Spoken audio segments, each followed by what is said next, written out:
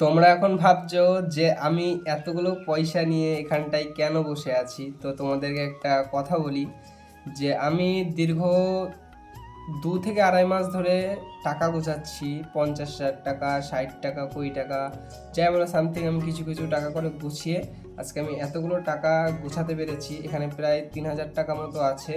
তো এই 3,000 টাকা নিয়ে আজকে আমি যাবো একটা মাইক কিনতে। কারণ কি, আমি যে মাইকটাকে আমাকে একজন দিয়েছিল, গিফট করেছিল, সেই মাইকটা দিয়ে আর কি প্রচণ্ড আকারে নয়েজ আসছে। আর আমি স্ক্রিনে দিয়ে দিলাম, তোমরা দেখে নিও এই মাইকটা আর কি কেমন। আমি এই মাইকটা কিনতে যাচ্ছি। আর তোমাদেরকে কি বলবো যে আমার এত ভালো লাগছে। আমি অনেক কষ্ট করে এই টাকা কটা গুছিয়েছি। তোমরা আমার শর্ট ভিডিও দেখেছো, দেখে দেখে বুঝেছো। আমি অনেক ভিডিওতে বলেছি যে আমি একটা মাইক কিনতে হবে, একটা মাইক কিনতে হবে। সময়ের কারণে আর কাজের চাপে তো মাইক কেনা যাচ্ছে না। তো আজকে আমি এতগুলো টাকা গুছিয়েছি নিজে হাতে। ভাই অনেক কষ্ট লেগেছে এতগুলো টাকা গুছাতে। আমার মানে কি বলবো, তোমাদের কিছু বলার নেই। তো আজকে আমি মাইক কিনতে যাচ্ছি, আর মাইকটা সম্পূর্ণ ভাবে নিয়ে আসবো বাড়িতে। আর বাড়িতে নিয়ে এসে বাবাকে দেখাবো প্রথমে, বলবো যে বাবা দেখো আমি এই মাইকটা কিনে এসেছি।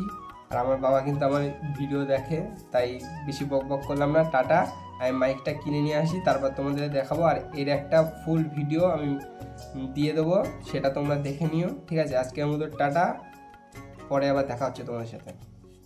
টাকা টাকা, পয়সা পয়সা।